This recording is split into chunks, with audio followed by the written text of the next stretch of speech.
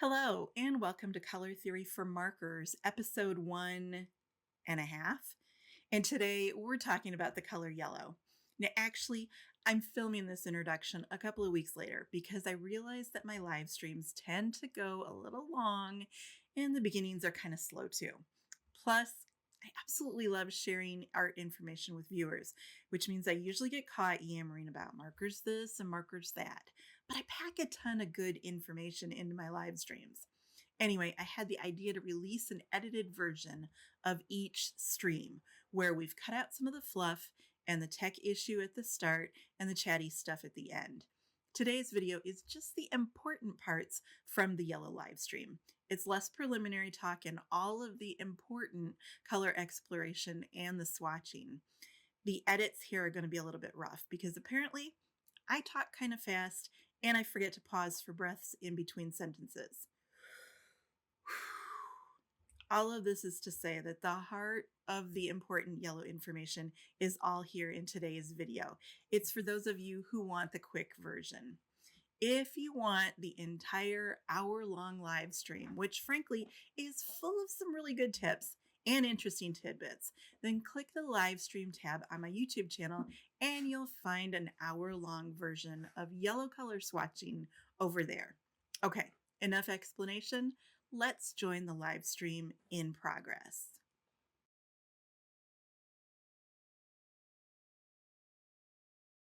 Today is the first color. We're covering yellow.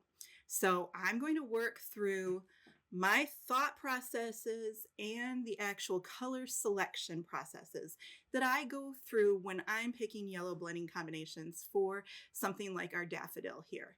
So this week in today's video, we are going to pick the colors for a project similar to the daffodil. And then next week, we're going to use the colors that you've chosen to color the daffodil. All right, so I've got some things to go with the videos here. So link in the description, there is a color theory kit. And it's for spring 2023. Like I said, I'm trying to go economical. So the spring 2023 kit actually covers 3 months. It's going to cover March, April, and May. And it's going to give you 3 digital stamps. So we've got the daffodil, and then the lily of the valley, and then dogwood. And there are worksheets for all 3 colors. The daffodil covers yellow, lily of the valley is going to be green, and then dogwood is pink. We have a color wheel, which I kind of worked on this past week. It is specific for Copic markers. It's got the Copic marker numbers on it, but you could also use it with other marker brands. You just can't use the same numbering system. So I am using Copic markers, but the process that we're going through today works for a wide variety of mediums. So you could use another brand of alcohol marker. It really helps if you're using an artist grade alcohol marker, and it helps if they have a very large color selection because Copic makes 358 colors, but they don't make that many really nice yellows, and I know that other brands are similar. So it helps if you get a wide variety there. So you don't have to use you don't have to use Copic markers. You can use any alcohol marker, but this same color theory also works for Crayola markers. It works for colored pencils, and I use it all the time for colored pencils. It works for watercolor. I treat Copic markers. My Copic marker technique is exactly what I do with watercolor. It's basically watercolor in stick format. So the color theory that we're learning works for a wide variety of mediums. So don't worry, if you're not a Copic person, you can still get something. Today we are swatching, and we're swatching to try and get some yellows to work on that daffodil project. Next week, then, we're going to use those markers. We're going to apply what we've learned in a coloring session. So that's when you want the digital stamp. And remember, your markers that you select today might be different than mine because maybe I'm going to use Y02 and you don't own Y02. So you're going to search for something that's very similar. And then next week, you're going to use your color selection because that's ultimately the goal here. I don't want you to use my marker recipe because my marker recipe reflects my taste and my preferences. My marker recipe is my art, basically. If you're using my marker recipe, you're not really coloring in your own voice. So we may have colors similar, we may have colors in common, but I want you to use the colors that you find today. I want to give you that ability to fly out of the nest and pick colors on your own instead of relying on what somebody else has told you to do. All right, so for those of you that are absolutely new to me, my name's Amy Shulke. I have been a technical illustrator for about 30 years. I am now, for the last decade, I've been doing instruction. I picked up my first alcohol marker in 1989, the fall of 1989. It was for a marker class at art school. So I've been using different brands throughout the years. I actually started with design markers. That was back before Copics had even been invented. So I've been using markers for a really long time. And as a result, I'm not going to lie to you, as I'm picking colors today, because I've got all that experience under my belt, I kind of know what I'm going for. I know what I like. I've done it several times before, but I'm still trying to go into this with a blank slate. I'm going to try some colors that I think might not work, and maybe I might be proven wrong. I might find a new blending combination today that I've never used before. And that's kind of the joy of art, is that we are expanding our range of the colors that we use, and we're being experimental. So again, you don't have to use the same colors I'm using. I might not be using the same colors that I originally used to color the sample here. And this was just me doodling around here. I didn't know at the time that I drew this and colored it that it was going to be part of this course. But it just kind of worked out perfectly. Yay! Okay, so good illustration, good coloring, it always starts with a photo reference. And I wanted to make this as economical as possible. So there's a link down in the description below that is going to give you a link to pixabay.com, which is a free photo website. And that's where I got this daffodil. So you can download the original photo reference and work with it yourself at home. Now, I also have the photo reference on the worksheet here. Here, cat hair and everything is my tablet. So I'm opening up my tablet here, and I've pulled up the photo reference, and I need to angle it because one of my studio lights is kind of like shining funny off of it, and the color looks a little bit washed out because the camera is actually capturing something digital. So don't use the reference that I have right here, use that one over there. All right, so the very first thing that I do for every project that I do, whether it's a class project, whether I'm coloring for fun, whether I'm doing freelance work, is I always find photo references and then I pull them up on my tablet, because my tablet allows me to zoom in on the different features. And I spend time with my main color photo reference. So I might draw one daffodil, but I'm using a different photo for a better color suggestion. So I pull up my color selection photo and I just start doing this color tour here. I am wandering through and I'm making observations. The color is getting a little darker here. What is that? Okay, so that's the side of the trumpet. So every daffodil has those 6 petals around the outside, and then there's this trumpet in the center. And when I zoom in on the trumpet, it looks like the color is going from a light yellow all the way over here to a dark yellow. I'm just taking the color tour. And what I don't want you to do when you're taking the color tour is to think the word daffodil, because the human brain likes to take shortcuts. So if I say, hey class, we're coloring a daffodil, everybody is going to run over to their Copic markers and you're going to pull out your Y markers. Well, I didn't tell you that we were coloring a yellow daffodil. You just assume that.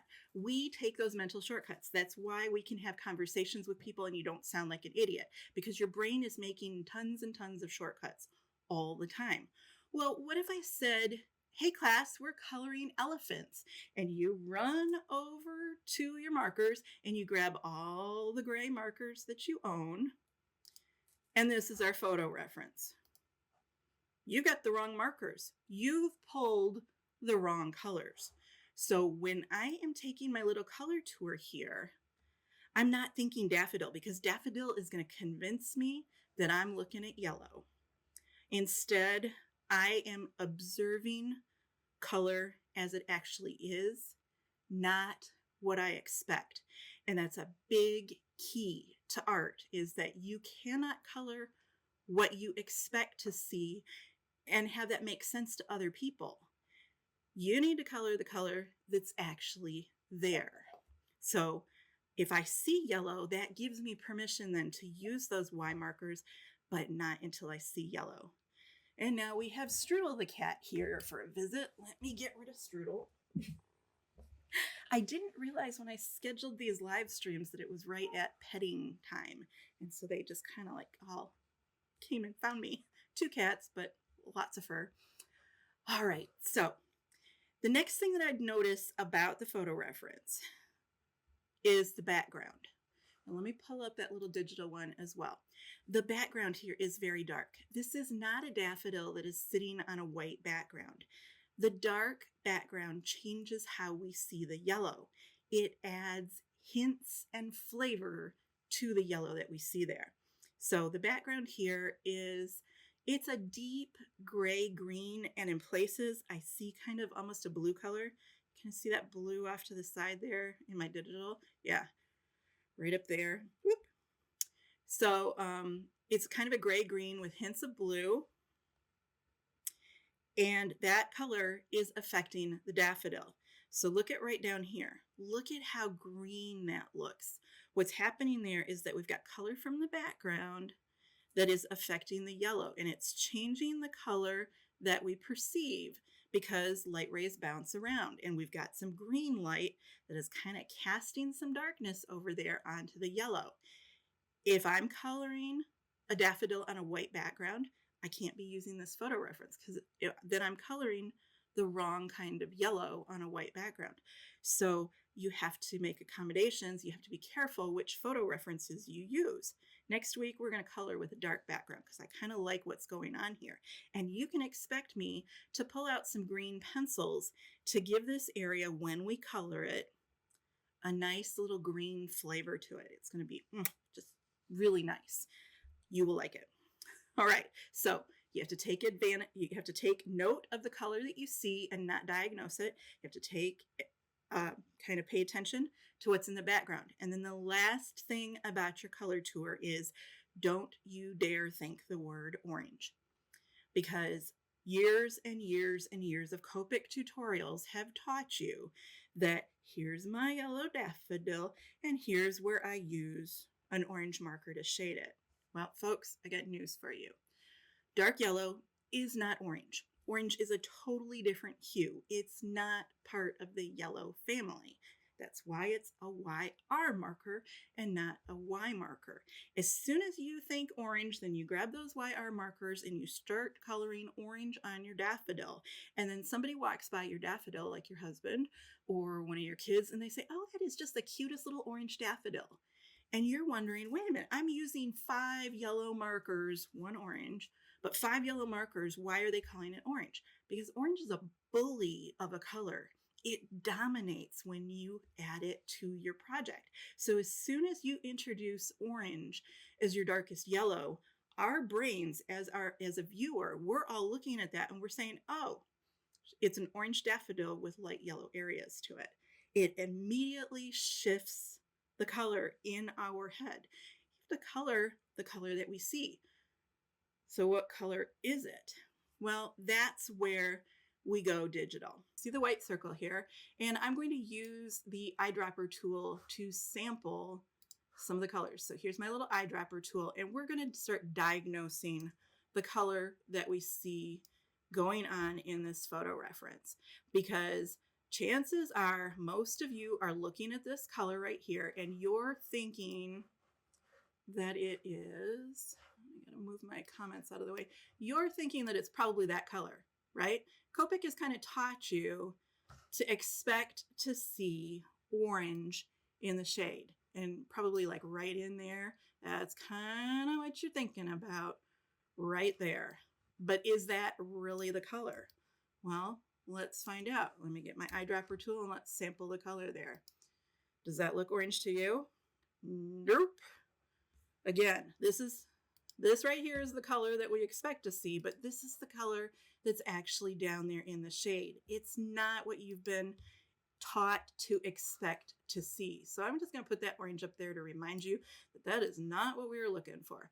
I am going to run the eyedropper tool right along the side of this trumpet because to me, this is a really nice gradient here of yellow to shade. And let's just look at the colors that we find there. Okay, so right up here, I'm getting a nice clean yellow.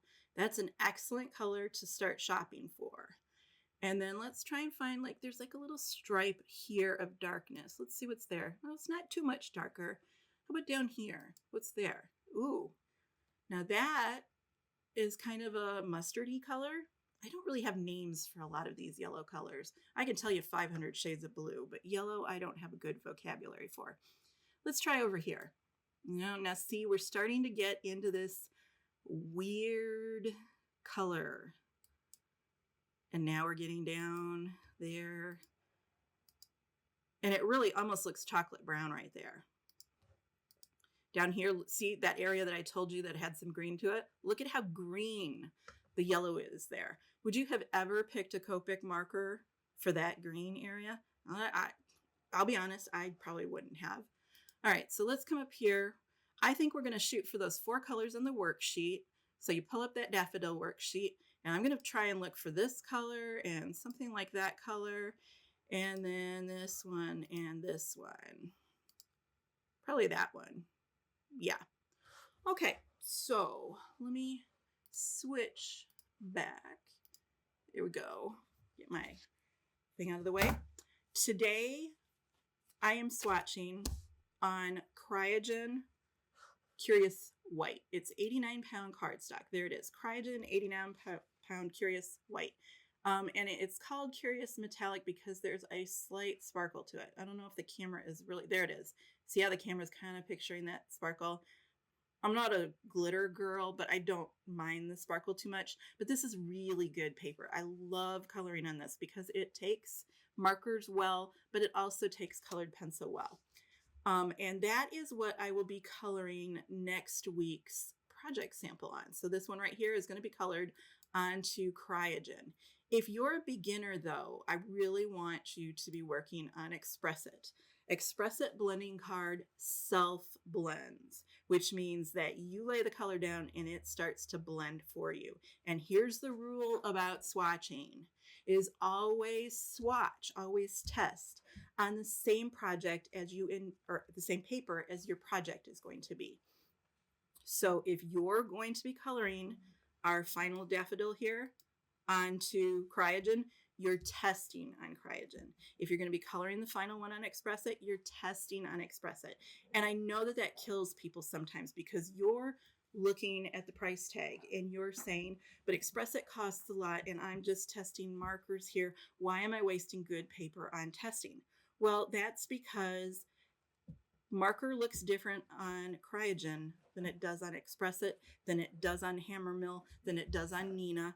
Every single paper changes the flavor of the color. So it does you no good to test on Staples cardstock and then move to a better paper for your final coloring because you're not getting apples to apples there. You're getting a different color on the paper. And the other thing, and this is really key, is that markers blend differently on different kinds of paper. So on some, you could have a marker that totally takes over and you get a lot of, let's say, Y11 flavor out of the blend. And then that same blend on Express It has a lot of Y15 flavor to it. So you really need to be testing on the paper that you're eventually going to be working on. All right, I'm thinking as I'm going here, let's just pull out Y04 because that's just the first one that my eyes landed on. And I'm just giving myself a little test. And then I'm holding it over to my sample. And I'm saying, not really. And you can hold it over to the worksheet. What I've got here is a marker Y04 that starts with a 0. So it's Y0. And that's a problem because in the Y family, all of the markers that start with a 0, they have a glowing agent added to them. They almost look like a highlighter, like a Avery, children's highlighter, a school highlighter. And as I'm sitting here, this color is starting to glow and glow and glow. So you know to call the ambulance if Amy's coloring with a Y0 anything, because I just don't like the highlighter look. I tried Y04. First of all, it's too light. Second of all, I don't like the glow, so I am not using that. Just to be sure and cover our bases, let's try a Y06. And here's where I get myself into trouble personally at home because I forget to label things. So this was a Y04 and this was a Y06. And when I'm sampling and swatching for projects all the time, I cannot tell you how many times it happens. I've got like 12 yellows sitting here and I don't know what any of them are because I didn't label them. So label as you go. Look at how much that glows. Yeah, Amy is not working with the Y0s. Not happening, folks. All right, so that was a Y06. Let's find something of a similar strength. So something that ends in close to a 6. Let's move to the teens. So this is a Y15. Now you kind of have to wait for that color to dry a little bit before you see the end color. And I kind of like that. That is feeling very similar to that photo reference. I'm going to hold this as a candidate. So I'm holding on to that Y15. Just to cover my bases, let's pull out the Y13. Oh yeah, I can already tell. I want these two markers in my pool of possible colors. So this one was Y15 and this one was Y13. Let's go to the next family. So we got those Y20s and we want something that's in that mid-range, the 5 to 6 range. So let's do a Y26. Holy cow, that is the wrong color. Not going to work, but it might work for one of those darker colors in the blend there. Might work.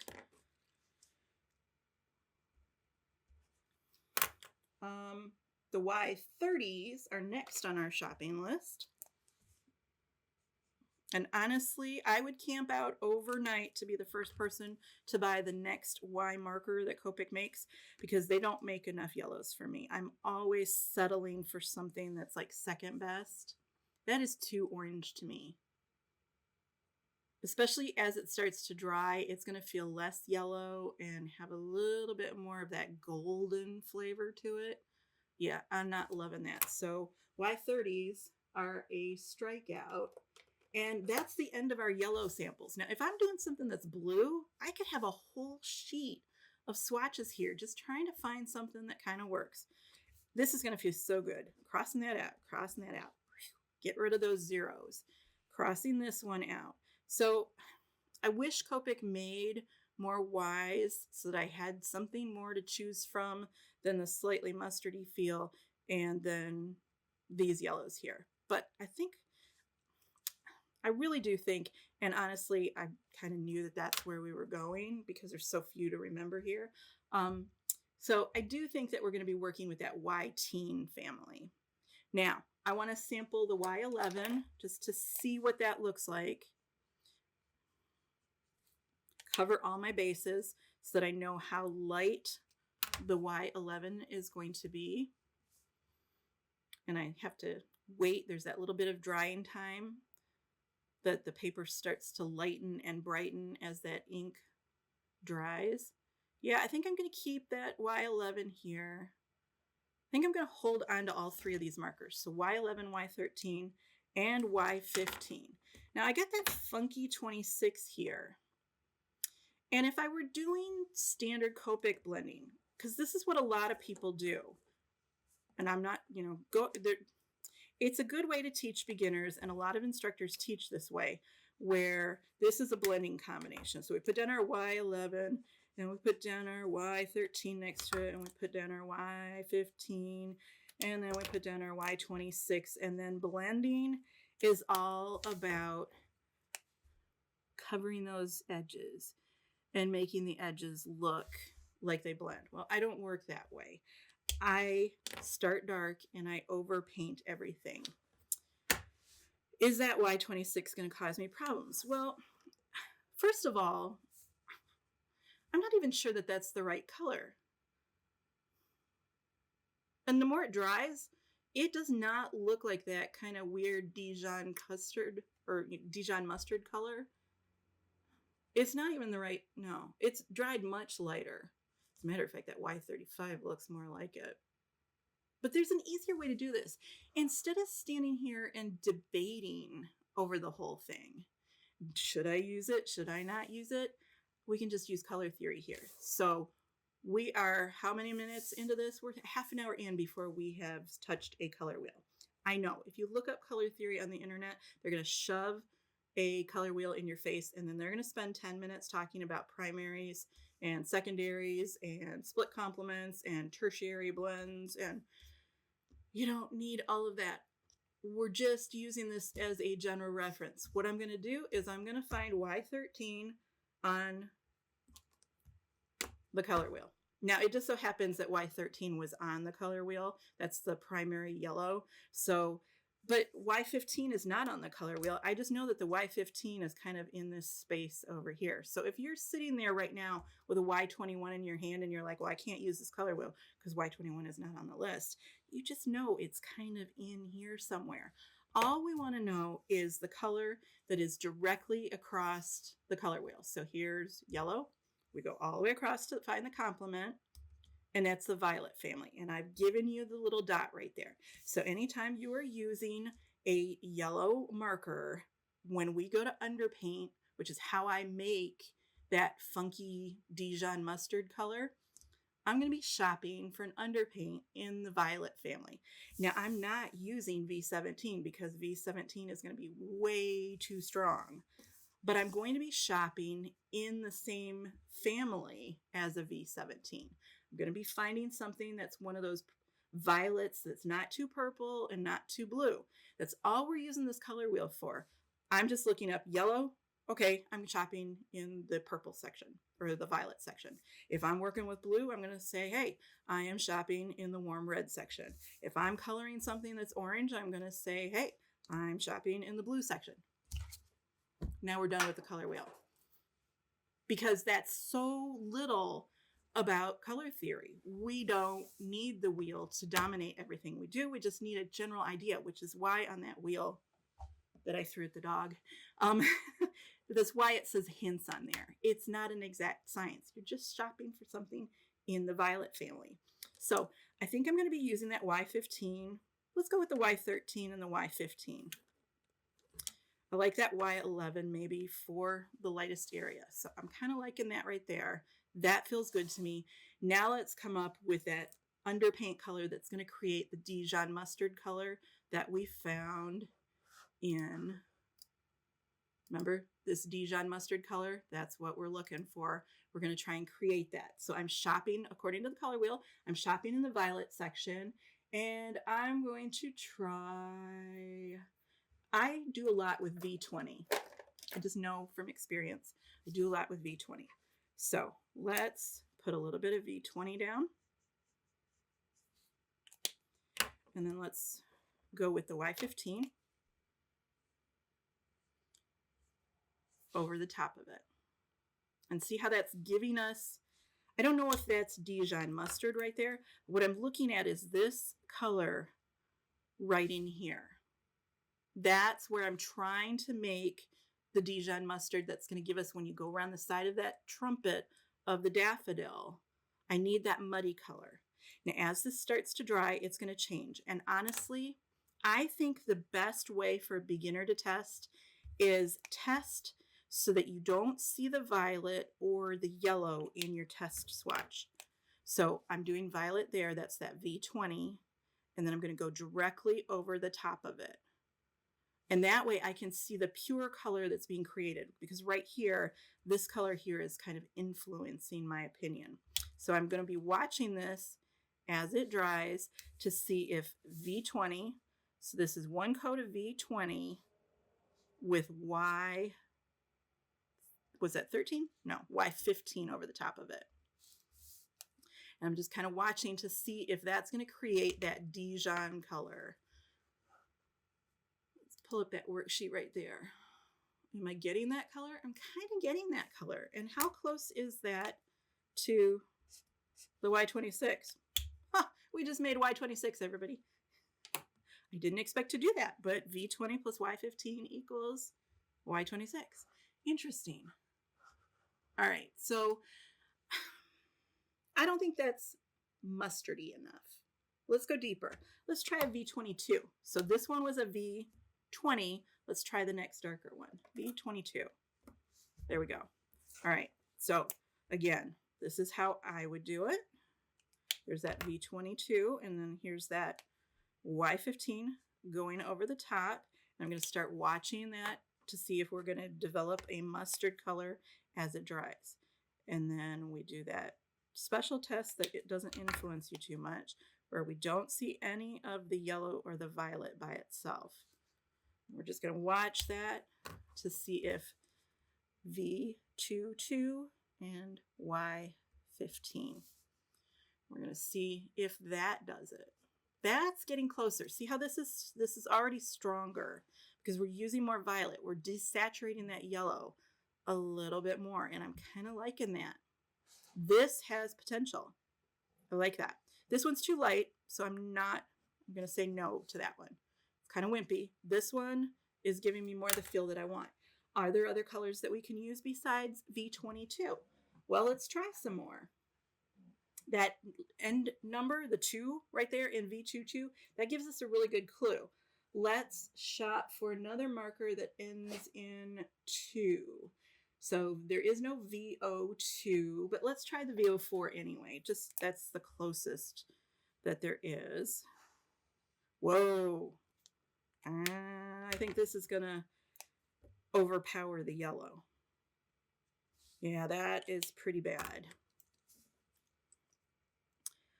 So that was VO4 and Y15. Not loving that. Let's try V12.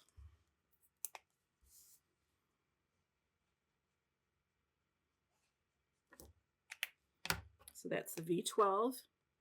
And then here is the Y15 over the top of it.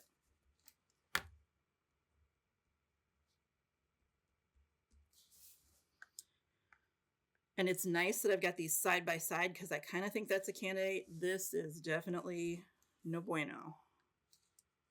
All right, so I got these side by side. I can kind of watch them and see which one gives me more of that Dijon custard or Dijon mustard. Boy, Dijon custard would be terrible tasting. Dijon mustard.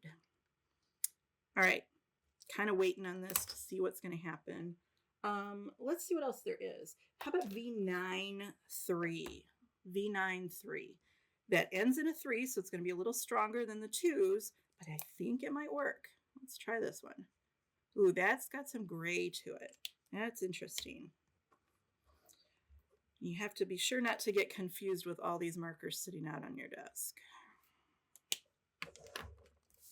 So this one was V9-3 with the Y15 over the top of it. And I can already tell that I really don't like that. It's got too much of a, like a gray flavor to it. Looks a little bit different on camera than it does in person. You could test that sample if you've got the V9-3 to work with. Let's try a BV because the BV is very close to the V family. So let's just throw in a wild card here. Do we have any BVs that end with a 2?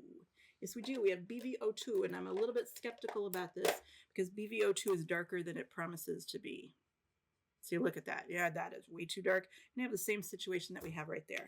Let's go one lighter. So instead of the BVO2, let's do the BVO1. And then I'm going to cover it with the Y15. Just testing to see what I can see. Let me get that up on the camera so you can see it.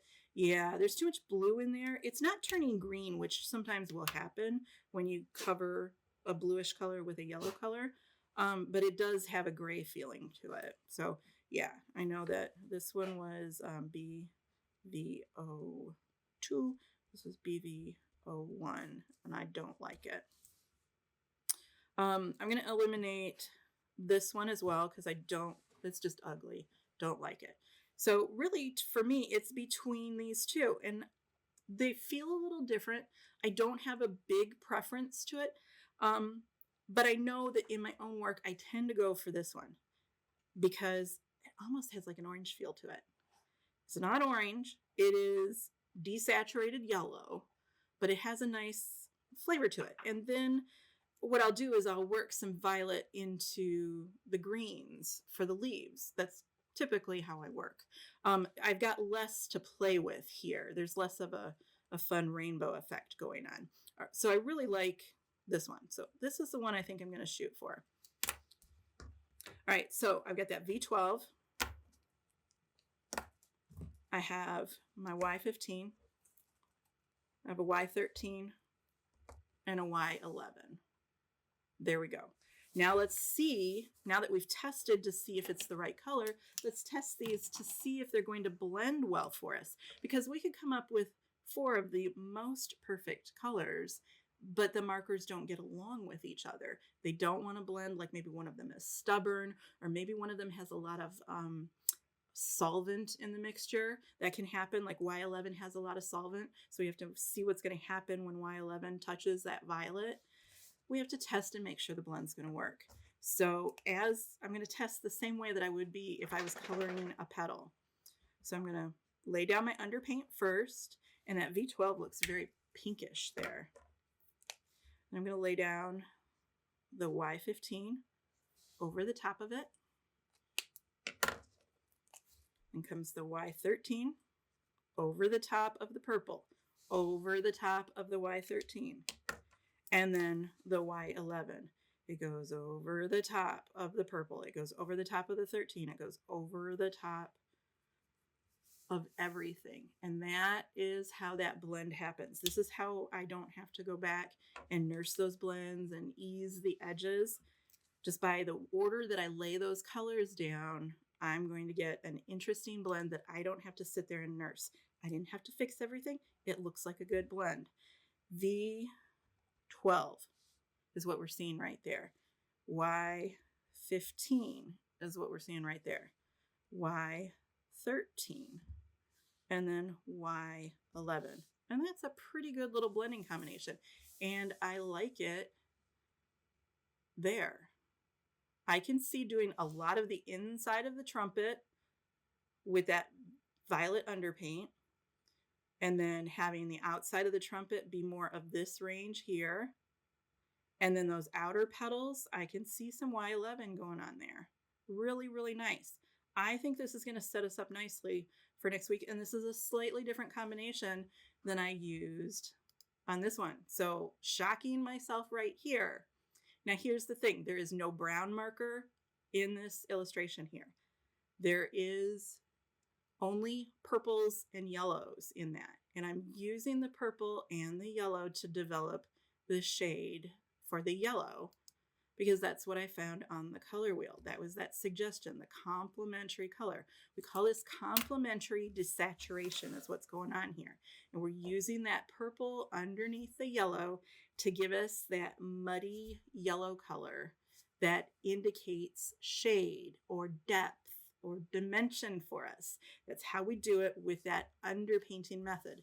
The underpainting method uses that purple, but you would never know if you hadn't watched me that there was purple underneath there. If I just handed you that swatch and said, what Copic colors did Amy use? You wouldn't know that the underpaint was down there. It's your secret. It's my secret. It's never going to show, but that's that artistic play that is starting to happen. Now, I happen to know, because I'm going to pull out my Prismacolors here, the V12 works really nice with some purple pencils. And if I'm shading something like a petal, I can do a little overpainting with, this is Prismacolor 1026 grade lavender. I know that's not showing up on camera really well. They label them with metallic, which just annoys me. And then my hands rub the numbers off eventually. But this is PC 1026, and I can guarantee you that I will be using this next week over the top of those markers to add extra desaturation. I'm probably also going to be pulling out a Parma violet or a lilac. So let me pull out both of those so you can see what they look like. I've got my envelope of Prismacolors here, and I keep them in that zipper case for when I'm teaching. And here are two other candidates that we might use. There's a nice lilac right here. I should label these for you. So there's lilac. There's that grade lavender. And here is Parma. So let me write these down for you.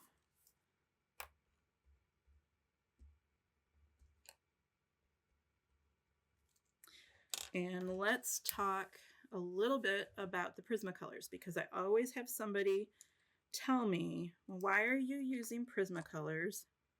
Because they're not light fast. And I've heard from everybody and their brother that Prismacolors are bad. Prismacolors are probably the best tool that a beginner can start with. They are economically priced, and yet they are some of the best colored pencils out there. For a long time, we only had Prismacolors. Are they light fast? No. But here's the thing. Your Copics that are underneath the Prismacolor are not light fast. So putting a light fast pencil over the top of a not light fast marker, that doesn't help you out any. Prismacolors are soft, so they're very easy for beginners to blend. And I've got to say, there are some really nice colored pencils out there on the market. I have most of them. I own most of them. But nobody to date has the color range that Prismacolor does. They are kind of like the Copic of the colored pencil world. They just have a fabulous range of colors. They have a lot of yellows. They have some beautiful greens. They have a very large selection of blues. They've got probably the biggest selection of purples. The pinks are kind of a little murky, but that's because a lot of people do portraits with them. Prismacolor has 3 colors of gray. They've got warm grays, cool grays, and then French grays. I love the French grays. I wish Copic would make a French gray. They don't. They got 4 grays. I only use 2 of them. But they've got a great big selection of browns, good selection of warm reds, cool reds. It's everything that you need there, all at a pretty good price. So I recommend that you learn on Prismacolor. I used Prismacolor professionally for a good 20 years before I started branching off. I'm a soft pencil girl, so I don't like the harder sets of pencils. I think Prismacolor are great for beginners. And here's the other thing. Okay, they're not light fast. I know, and you get that in your head that you want something that's going to last 100 years. But ask yourself, what are you coloring? Because you're probably coloring exercises. You're coloring a daffodil that's going to maybe turn out okay, but it's going to take you 3 or 4 tries to get it to look the way you want it to look. And then somebody's going to throw it away 10 years from now. So paying extra for the light fast pencils just doesn't make a lot of sense to me when you're experimenting and learning and growing. Prismacolor, I will tell you, they do have some quality control issues. When you buy those pencils, I want you to look at the ends and make sure that the leads are well centered. And if your Prismacolor splits open, it's because they didn't glue it properly at the factory. And then I want you to walk it right back to the store where you bought it from, because that shouldn't be happening. And you should be able to return it. But these are great pigments. They have a wonderful range of translucents and opaques. Great to work with. And I'm not sponsored by Prismacolor. It's just what I teach with, because I feel really strongly about the fact that you should have art supplies that are accessible to you, both financially and usability. And these guys are just so usable. So I'm probably going to have these purples out when we're coloring next week. That doesn't mean that you have to rush out and buy these definite purples. You can watch how I use them and come up with some other colors. All those years of experience here are telling me that I also need to be pulling out a color that's kind of butterscotchy. So by butterscotchy, I mean, I'm going to pull out my yellows here, and I want something that's kind of ambery, yellow ochre. What is this? 942. This is going to be really good. So yellow ochre 942. Look at how much that matches the color that we created. I love it when that happens. Yes, yes, yes. Okay, so this one is yellow ochre. And it is number 942. And if you're going to purchase these, I think they're all worth the purchase. I use all of them regularly. If there was a color on here that I only use once a year, I would tell you. Because again, I don't want you to invest. I want you to invest your money where you need the money to go, which is on those markers. I don't want you to waste the money on colors that you're only going to use once in a while. So just want to make sure that we're all getting as many art supplies as we can. The other thing that I tend to use for flowers, and I'm not seeing it in the photo reference, is some greens. So I know we've got that shady green, and I'm probably going to use from the background this kind of kelp color because I use this a lot. It's kelp. So there's kelp, and it is 1090. But that's from the background. The thing that is not in the photo reference, which I almost always include, is that where a petal connects to the stem, there's almost always some green chlorophyll from the stem that leaks up into the petal. So I'm going to be coming out with lime peel. And I use that pencil so much that it's not even in my kit here. I need to stand up over here for a second and find my lime peel pencil because I use it. It's just a really good leafy green. Here we go. Lime peel. Look at how short that pencil is. Yep, I use it all the time. And this is going to simulate that green chlorophyll that kind of comes up from the stem and kind of tints the base of the petals. I'll try and find a photo of that for you. So that's lime peel, and I don't have the numbers memorized. 1005. Those are probably the pencils that are going to be in my arsenal. And what I'm going to be doing is I'm going to be base coating with those yellows, and then I'm going to be putting colors like lime peel over the top of them to start to develop the colors that you're seeing there in the daffodil. And you can kind of see that lime peel. Look where the petals connect to the trumpet. Look at how there's a little bit of green in there. It just, love it, love it, love it.